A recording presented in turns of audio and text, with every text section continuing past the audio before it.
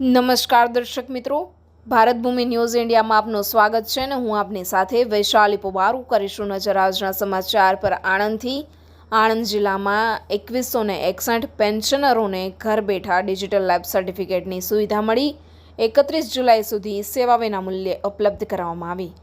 આણંદ રાજ્ય સરકાર અને ભારતીય ડાક વિભાગ વચ્ચે થયેલા કરાર મુજબ પેન્શનરોને માટે ડિજિટલ લાઈફ સર્ટિફિકેટ એટલે કે ડીએલસી ઘર બેઠા બનાવવાની સેવા શરૂ કરવામાં આવી છે।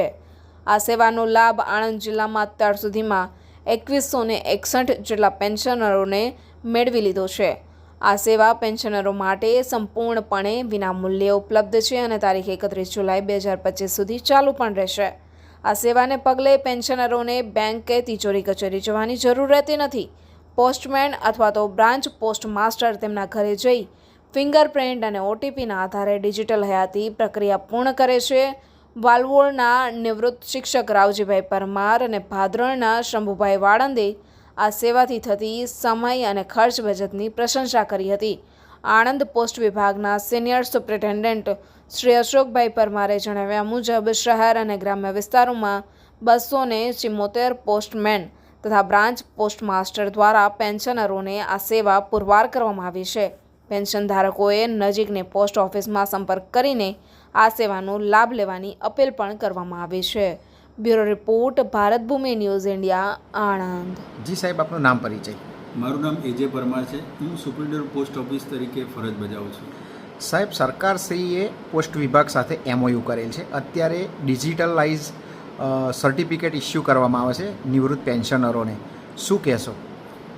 ડિપાર્ટમેન્ટ ઓફ પોસ્ટ અને સ્ટેટ ગવર્મેન્ટ સાથે એમઓયુ થયો છે અને એમાં એવી વ્યવસ્થા કરવામાં આવી છે કે દરેક નિવૃત્ત પેન્શનરોને વિનામૂલ્યે ડિજિટલ સર્ટિફિકેટ પોસ્ટ ઓફિસ દ્વારા ઇસ્યુ કરી આપવામાં આવે છે અને અમારા પોસ્ટમેનો અને બ્રાન્ચ પોસ્ટમાસ્ટરો દરેક નિવૃત્ત પેન્શનરોના ઘરે ઘરે જઈને એમને ડિજિટલ સર્ટિફિકેટ ઇસ્યુ કરી આપે છે।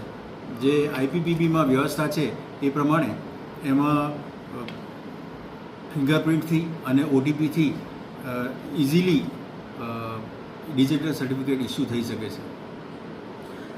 નિવૃત્ત પેન્શનરોને અને સરકારને શું કહેશો?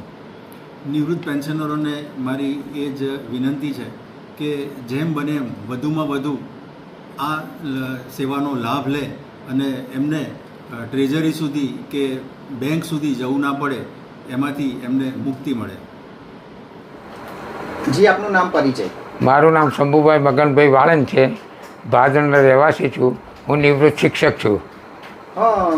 વડીલ, અત્યારે જે સરકારની યોજના છે હયાતી પ્રમાણપત્ર, તો પોસ્ટ વિભાગ દ્વારા જે કામગીરી ચાલુ છે તેનો શું લાભ મળ્યો? અત્યાર સુધી અમારે નિવૃત્ત થયા પછી ટ્રેઝરીમાં જવું પડતું હતું, એ બધે જવું પડતું, એના કારણે પોસ્ટ મારફતે જે આવ્યું છે અને એ પોસ્ટવાળા સાહેબો બધા ઘેર આવીને અમારી મુલાકાત લઈ અને અમારે ઘેર બેઠા કામ કરી જાય છે। ખૂબ ખૂબ આભાર સરકારનો કે આવી રીતે અમારે નિવૃત્ત અધિકારી, નિવૃત્ત શિક્ષકોનું ઉંમરલાયક સિનિયર સિટીઝનો માટે સરકારે સારામાં સારી વ્યવસ્થા કરી છે। જી દાદા, તમારું નામ પરિચય? મારું નામ રાવજીભાઈ જાલમભાઈ પરમાર। હું વાલવોડમાં રહું છું, તાલુકો બોરસદ, અને શિક્ષક તરીકે પ્રાથમિક શિક્ષકમાંથી રિટાયર થયો છું।